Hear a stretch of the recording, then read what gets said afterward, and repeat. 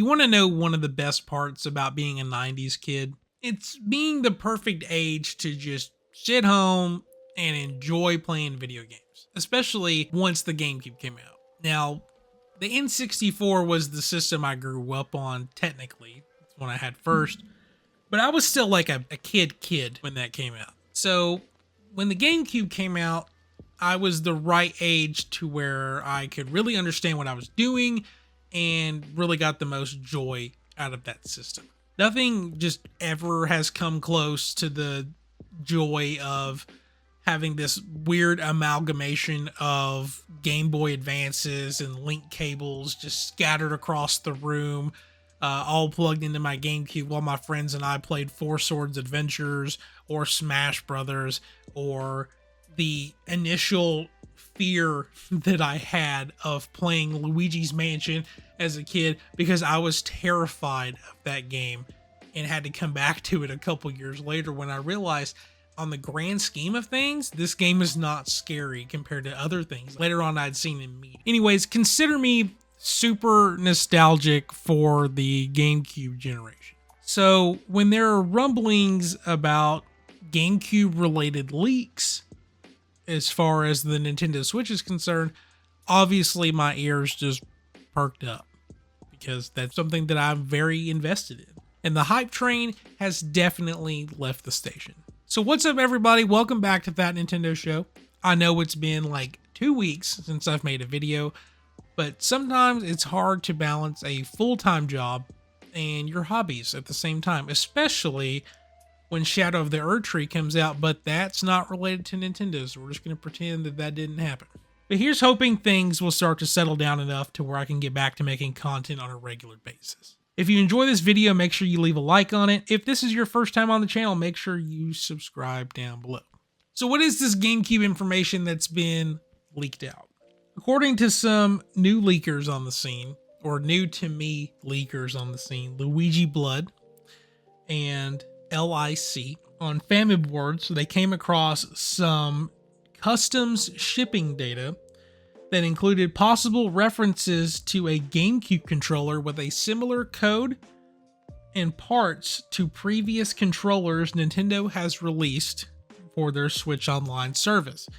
Those would be the NES, Super NES, and N64 Bluetooth controllers that they made for those respective systems.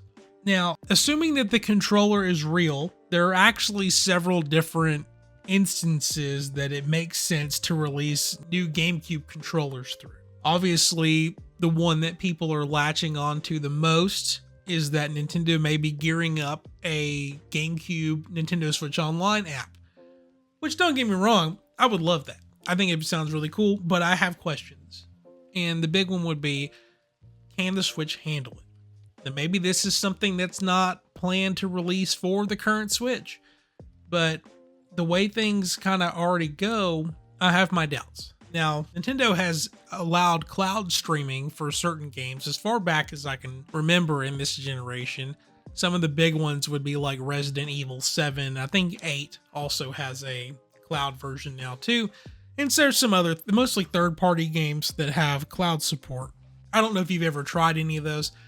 They don't run well. And obviously, GameCube games like Mario Sunshine or whatever are not as graphically intense, but I also don't think that they are made for streaming, which is how everything on the NSO apps work.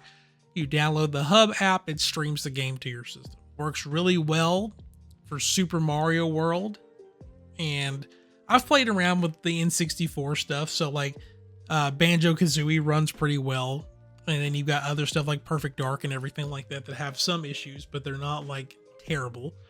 But I just think when the GameCube side of it comes around, I think Nintendo has found more success with remaking / remastering those GameCube games and releasing them for $60, and it's worked so far. Like Paper Mario: The Thousand Year Door came out last month. A ton of people bought it. Metroid Prime Remaster came out last year, and it sold pretty well too. So I think that Nintendo may just be wanting to put a modern GameCube controller out there for Switch owners as an option for different control methods for the system. You've got all these GameCube games that are in some capacity are on the Switch now. You have Super Smash Bros. Ultimate, which already supports GameCube controllers. If you've owned any from the past 20 years and have already bought their GameCube adapter, you can make it work on the Switch now. And then a lot of other games just support the GameCube controller, even if you don't have access to all the buttons on there. I remember whenever the functionality first came out, people were trying to figure out all the fun stuff you could do. So you can play like Breath of the Wild with a GameCube controller. Obviously, you can't do everything in the game because it's lacking certain buttons. Like you can't push in the analog triggers, and it's missing a Z button or a shoulder button, but it does work. So I think that the Nintendo Switch Online side of this, kind of skeptical about whether that is actually coming. And a part of this I don't think people really talk about much is I think that if they do decide to put out a Nintendo Switch Online GameCube edition, that it's going to come on a new tier of pricing. They're not just going to include it with the expansion pack. While the pricing for NSO plus expansion pack is not terrible, it's $50 a year for a single plan. More than likely that plan hits around like $80 a year, maybe more, maybe a little bit less. But it starts to finally fall into line with what PlayStation Plus and Xbox Game Pass Ultimate did. And once you hit that pricing tier, that's when people really are going to start to compare the services to see what you really get out of it. Again, $80 isn't terrible depending on what all they get in it, but if you come to find out that like the performance is bad, then people aren't going to really care for it, I guess. Of course, this is all just speculation though. There's no, obviously confirmation that Nintendo has this on the way. It seems very likely that this is coming out soon-ish, but if it is for GameCube Nintendo Switch Online, I don't expect it to be something that's available until the next system comes out. I really have my doubts that the current Switch can run cloud-streamed GameCube games, but if they just drop a controller out there and like, yeah, this works for anything you've got that'll currently support it, cool. They know people will buy one.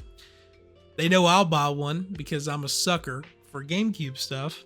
And how they really get people is they drop a Wind Waker Special Edition Golden Black GameCube controller because they know that there's people like me who have no self-control when it comes to anything Zelda related, and we just buy that stuff up. I would love to be wrong. I think that it would be cool to have the GameCube stuff on the Switch if it can run well. But let me know in the comments what you think about this leak, and if it turns out being true, would you buy an official GameCube controller for your Switch? Until next time, have a good one, and I'll see you soon.